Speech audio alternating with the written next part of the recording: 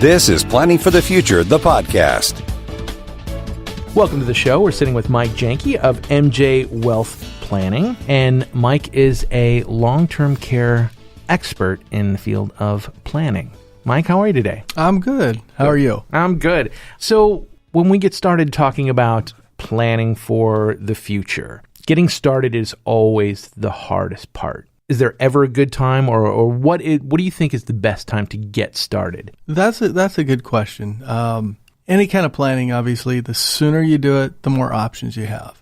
When it comes to financial planning, the more you can put away, the younger you are, the better it is. So even if it's $100 a month type of deal into a mutual fund, that's going to allow you to accumulate wealth. Where most people accumulate most of their wealth is in their qualified accounts, their 401ks, their IRAs, some kind of forced savings plan. What I try to help people with is when they get to that point that they're either really seriously thinking about retirement or already retired and planning for income replacement. That's one of the big things that people look to do. They like getting those monthly checks, and then when they retire, they're like, hey, how am I going to generate this income?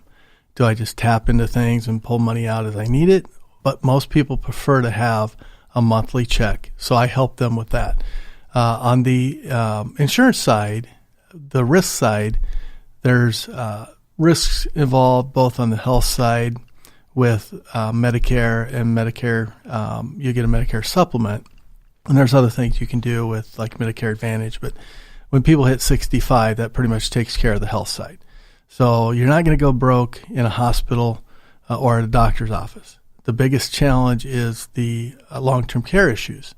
And there's very few people have actually done any planning about it. And that's one of the big problems is they get to a point where they have accumulated this wealth and they have this big issue out there that they've done nothing about. Now, there's certain people that have enough money they can self-insure. And those people, if they had to pay, which in Tucson right now, you're looking at almost $100,000 for a private room per year. And if you've ever had anybody in a nursing home in a semi-private room, you're going to want a private room. But, you start tapping into that money at $100,000 a year above and beyond your other expenses. And if you're married, that obviously, if there's a person at home, you still have those expenses. Then you have your LTC expenses. It doesn't take long for people to go through their life savings and investments. And so one of the things I try to help people with is figuring out how to either leverage dollars or take some of that risk off the table so they're not just at 100% risk of losing that money. One of the things that's great about getting started early like that is you can always adjust it, right? You can adjust what you're planning for now. Just because you started, say, even at 25, you've got your first job and you want to, it's good to start putting stuff away. It doesn't mean that it's just going to stay there. You can adjust it as somebody gets older and move the money around, right? Absolutely. And that's really kind of what happens in financial planning is there's stages. So it's not you just set it and forget it and 30 years later, you retire. What happens for most people as they get older and closer to retirement, they become more conservative with their investments, as they should. If you're young and you're investing in stocks, if you lose money, you're not going to enjoy that part, but it's not going to change your life. Because I enjoy losing money. Yeah, well, all the time. You should go to the casinos. But with the stocks, if you're working and you're losing money, it's okay in the fact that you have a paycheck. So you can replace that money. Once you retire, your paychecks have stopped. So your earning ability, which is probably the greatest asset that any of us have, that is gone. So you need to become more conservative. And there, it just depends on how much money somebody has and their risk tolerances and those things. But for the most part, as people get to that 65, 70, they don't want to be 100% in the market. We've enjoyed right now the longest bull run in history. That's not going to last forever. There's averages for a reason. And people just don't want to be in a position where they're risking a majority of their assets for a correction, which I always ask people, if you made 20% extra on your money, would that change your life? And for most retired people, it wouldn't. But I ask them, if you lose 20% of your money, of your total net worth, would that change? And then they start thinking about, well, yeah, maybe I wouldn't eat out as much, or maybe, we wouldn't get a new car every 2 years, or there's things that they would have to sacrifice. So the risk at that age is not worth the reward. You're listening to Planning for the Future with our guest, long-term care expert, Mike Janky. For a free copy of Mike's book, call 520-745-4438. What would be 3 tips that you would give to somebody who is coming in and wanting to get started? That's a good question. 3 tips. First tip would be to really look at the whole picture. I think sometimes people get focused on one part of their planning.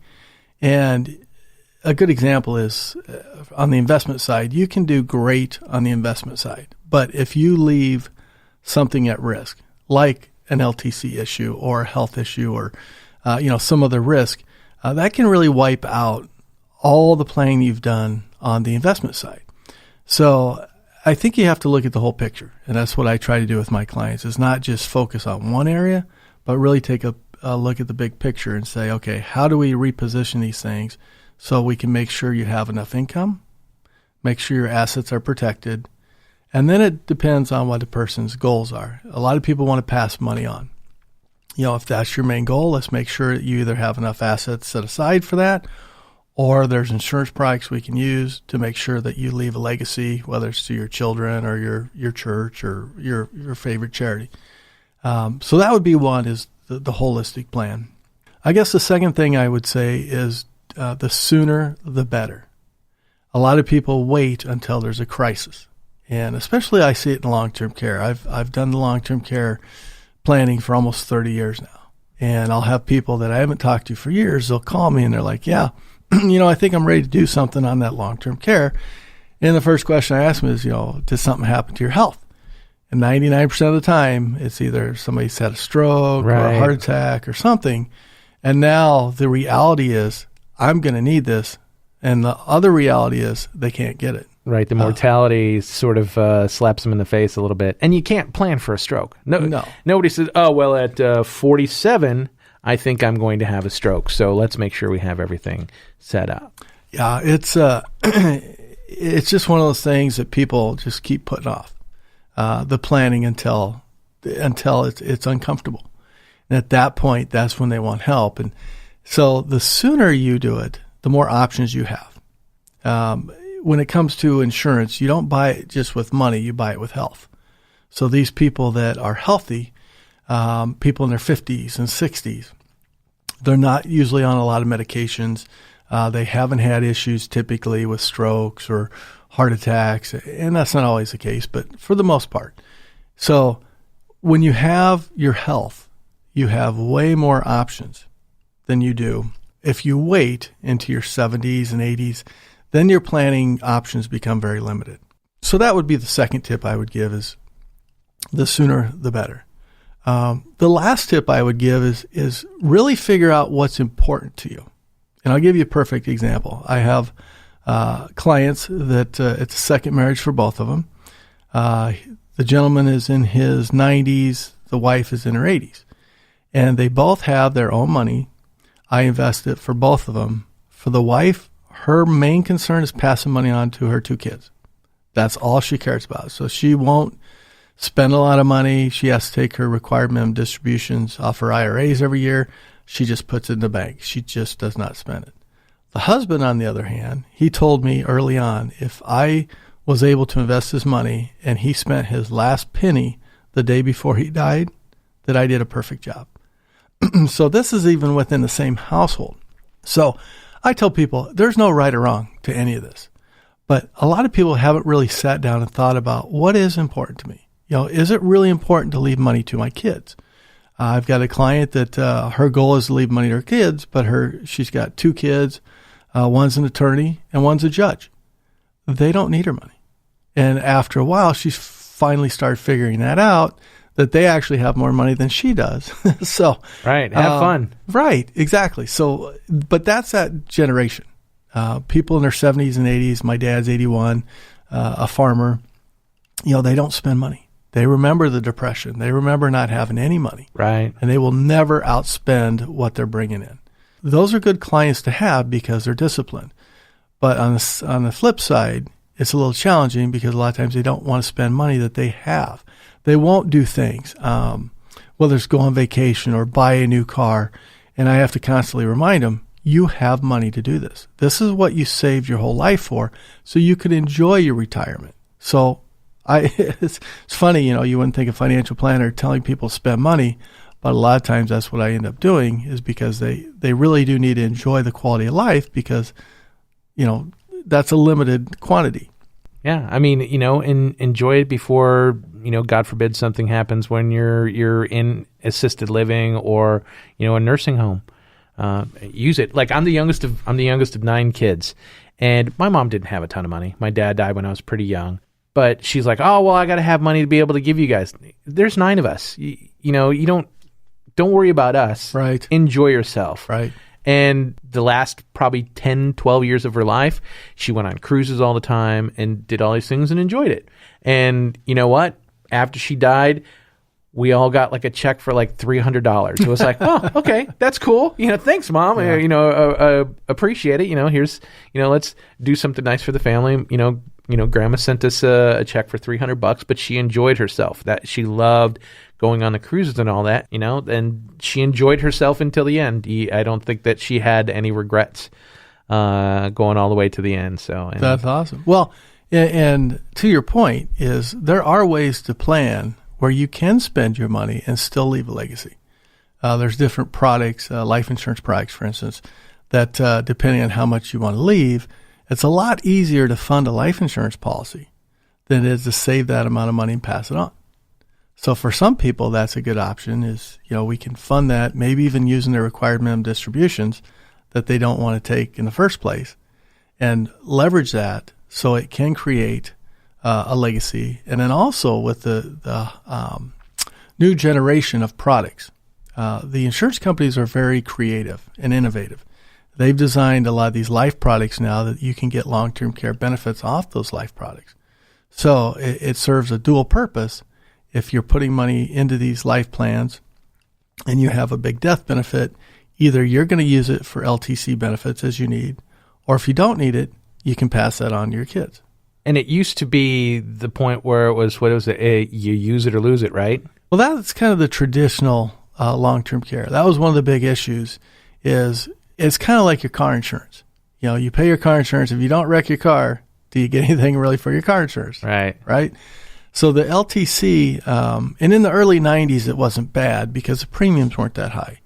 And that was part of the challenge, of course, as we're sitting in the situation we are today. Long-term care in the 90s, and that's when I started working with them, you could get a reasonable plan for less than $1,000 a year. Well, now that same plan is probably going to cost you about $8,000 a year, and it's probably going to go up during your lifetime. So the challenge is, does somebody want to spend $8,000 a year and never use it, when you could take that $8,000, you could buy a life insurance policy with an LTC benefit, and that if you don't use it, you haven't wasted that money. And people really shouldn't look at it as wasting it, because you're covering a huge risk. If you're looking at $100,000 a year for a private room and the average stay is 2.5 years, that's $250,000. Okay, that's probably more than most cars that people drive. So when people look at car insurance, they really don't think that they waste that money. They think they're covering a known risk, that they might wreck their car, somebody might run into them. With long-term care, about 50% of people 65 and older are going to need some kind of care. So the risk is huge. So that's why I like to look at it with the holistic planning and say, look, you can self-insure. You have choices. If you don't want to do anything, you just need to be prepared for, if I need $100,000 a year, where am I going to pull it from?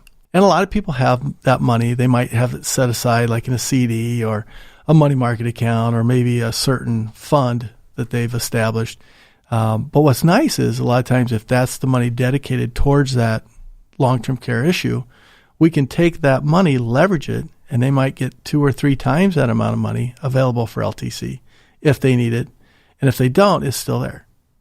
So there's a lot of planning you can do. But as I mentioned earlier, it really does come back to the sooner you start doing this stuff, because you're healthy, the more options you're going to have.